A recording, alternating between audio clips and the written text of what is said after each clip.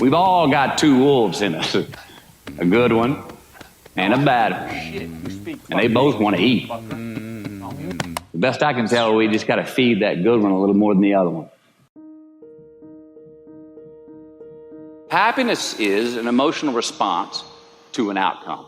If I win, I will be happy. If I don't, I won't. It's an if-then, cause and effect, quid pro quo standard that we cannot sustain because we immediately raise it every time we attain it. You see, happiness demands a certain outcome. It is result reliant. And I say if happiness is what you're after, then you're going to be let down frequently and you're going to be unhappy much of your time. Joy, though, joy is a different thing. It's something else. Joy is not a choice. It's not a response to some result. It's a constant. Joy is the feeling that we have from doing what we are fashioned to do, no matter the outcome. Now, personally, as an actor, I started enjoying my work and literally being more happy when I stopped trying to make the daily labor a means to a certain end. For example, I need this film to be a box office success. You know, I need my performance to be acknowledged. I need the respect of my peers. All those are reasonable aspirations, but the truth is, as soon as the work, the daily making of the movie, the doing of the deed became the reward in itself for me, I got more box office, more accolades and respect than I ever had before. See, joy is always in process. It's under construction. It is in constant approach, alive and well in the doing of what we're fashioned to do and enjoying it. Now, the easiest way to dissect success is through gratitude. Giving thanks for that which we do have, for what is working. Appreciating the simple things we sometimes take for granted. We give thanks for these things, and that gratitude reciprocates, creating more to be thankful for. It's really simple, and it works. Now, I'm not saying be in denial of your failures. No, we can learn from them too, but only if we look at them constructively, as a means to reveal what we are good at, what we can get better at, what we do succeed at. All right, life's a verb. We try our best, we don't always do our best.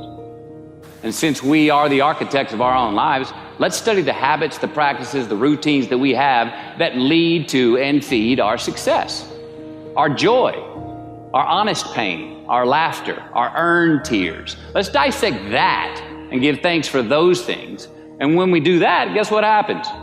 We get better at them, and we have more to dissect. It's a get-rich-quick on the internet, richest 15 minutes of fame world that we live in, and we see it every day. But we all want to succeed, right?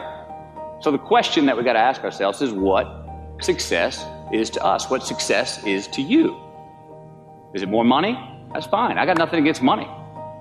Maybe it's a healthy family. Maybe it's a happy marriage. Maybe it's to help others, to be famous, to be spiritually sound, to leave the world a little bit better place than you found it. Continue to ask yourself that question. Now, your answer may change over time, and that's fine. But do yourself this favor. Whatever your answer is, don't choose anything that will jeopardize your soul. Prioritize who you are, who you want to be, and don't spend time with anything that antagonizes your character. Don't drink the Kool-Aid, man.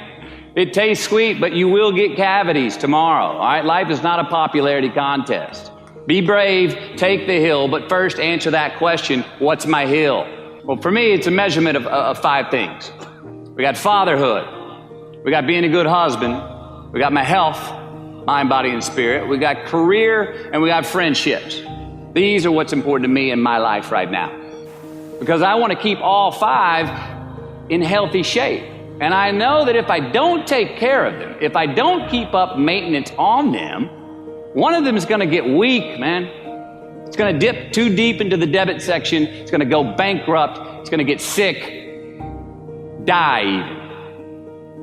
So first, we have to define success for ourselves. And then we have to put in the work to maintain it. Take that daily tally. Tend our garden. Keep the things that are important to us in good shape. Defining ourselves by what we are not is the first step that leads us to really knowing who we are. You know that group of friends that you hang out with that they really might not bring out the best in you? You know, they gossip too much, or they're kind of shady. They really aren't going to be there for you in a pinch. Or how about that bar that we keep going to that we always seem to have the worst hangover from? Or that computer screen, right? That computer screen that keeps giving us an excuse not to get out of the house and engage with the world and get some real human interaction. Or how about that food that we keep eating, the stuff that tastes so good going down, it makes us feel like crap the next week, when we feel lethargic and we keep putting on weight? Well, those people, those places, those things, stop giving them your time and energy. Just don't go there. I mean, put them down.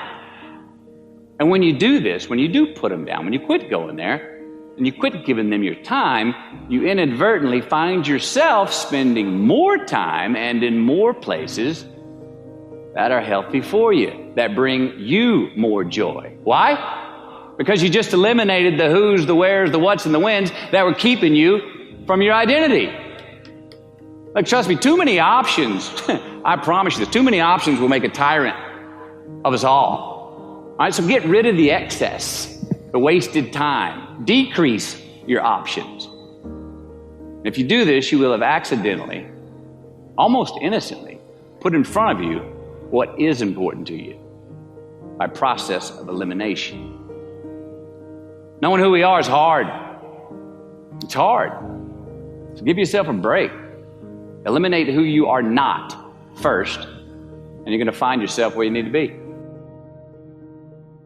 Make voluntary obligations. I'm talking about the ones that we make with ourselves, with our God, with our own consciousness. I'm talking about the you versus you obligations. We have to have them. Now again, these are not societal laws and expectations that we acknowledge and endow for anyone other than ourselves. These are faith-based obligations that we make on our own. These are not the lowered insurance rates for a good driving record.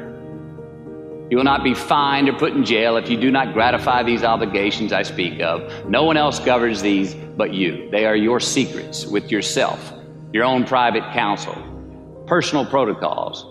And while nobody throws you a party when you abide by them, no one's going to arrest you when you break them either, except yourself. An honest man's pillow is his peace of mind. And when you lay down on that pillow at night, no matter who's in your bed, we all sleep alone. These are your personal Jiminy Crickets, and there are not enough cops in the entire world to police them. It's on you. It's on you. We do our best when our destinations are beyond the measurement, when our reach continually exceeds our grasp, and when we have immortal finish lines. And when we do this, the race is never over. The journey has no port.